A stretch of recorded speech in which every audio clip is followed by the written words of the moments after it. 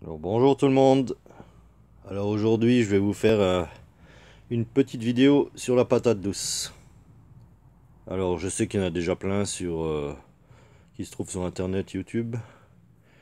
Et je vais quand même en faire parce qu'on m'a demandé si je pouvais faire une vidéo sur la patate douce et comment je faisais mes patates douces. Bon alors juste avant j'ai repiqué mes blettes poirées on peut dire dans des petits pots et à côté j'ai repiqué aussi les betteraves rouges. Bien sûr, tout ça, on peut le repiquer, on peut le semer directement en pleine terre, ça poussera aussi. Mais là, c'est histoire de gagner un peu de temps pour mettre en serre ou en pleine terre. Elles ont déjà pris une bonne pousse d'ici les chaleurs. Alors donc pour la patate douce, tout simplement, je vais vous montrer comment je vais faire. On va faire déjà de une. J'ai laissé déjà, ça fait, je pense, un bon mois maintenant. Ça a bien poussé. Un bon mois que j'ai mis celle-ci dans le bocal avec les cure-dents enfoncées dans la patate douce. Et comme on peut voir, les racines, elles ont poussé. Et ensuite, on a les feuilles et les branches qui ont poussé aussi. La même chose pour celle-ci. On l'a coupée en deux et on l'a retournée face contre terre avec la terre toujours bien humide. Ça a tiré des racines directement en terre et ça a aussi poussé, ça a donné du feuillage. Alors maintenant, comment on fait pour les patates douces? Alors tout simplement, comment moi je fais, je vais vous montrer ça tout de suite. On va se munir d'un ciseau et on va venir couper ce qui est branchage.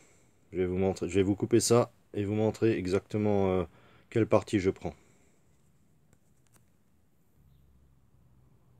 Alors voilà, je suis venu couper les branches. Et tout simplement ce qu'on va faire maintenant, on va laisser une petite partie d'1 centimètre sous la première feuille. Et à chaque fois, on va garder deux feuilles. C'est-à-dire on va couper à ce niveau-là. Voilà. Une fois qu'on a coupé toutes nos parties à ce niveau-là, on va laisser la feuille du dessus et on va couper à ce niveau-là la feuille du bas. Ce qui fait qu'il nous reste ça. Là, au niveau de la feuille du haut, c'est où la tige va reprendre et va repousser. Et au niveau de la partie où il y a la feuille du bas, ça va tirer des racines. On va couper toutes nos parties comme ça. Voilà, comme ceci. Et ce que je fais moi, je vais prendre une barquette avec du film plastique où j'aurais mis de l'eau. Là, j'ai pas mis d'eau pour éviter d'en mettre partout. Et une fois que j'ai fait ça, tout simplement, on va prendre un petit bâton, une aiguille. Et on va percer un petit trou dedans. Et on va venir glisser notre bouture de patate douce dedans. Voilà, comme ceci. On va la faire tenir dans l'eau. On peut tout bien le faire dans un bocal sans film plastique. Mais le film plastique, moi je fais comme ça. Je vais en mettre tous les 2-3 cm. Je vais en mettre un. Et on va attendre que ça tire des racines. Une fois que ça aura tiré des racines, on dirait qu'il y aura pas mal de petites racines, on va directement prendre un pot avec de la terre. Donc il n'y a pas de terre dedans. On va prendre un pot avec de la terre et on viendra mettre notre bouture dans la terre. Et là, notre patate douce va se développer.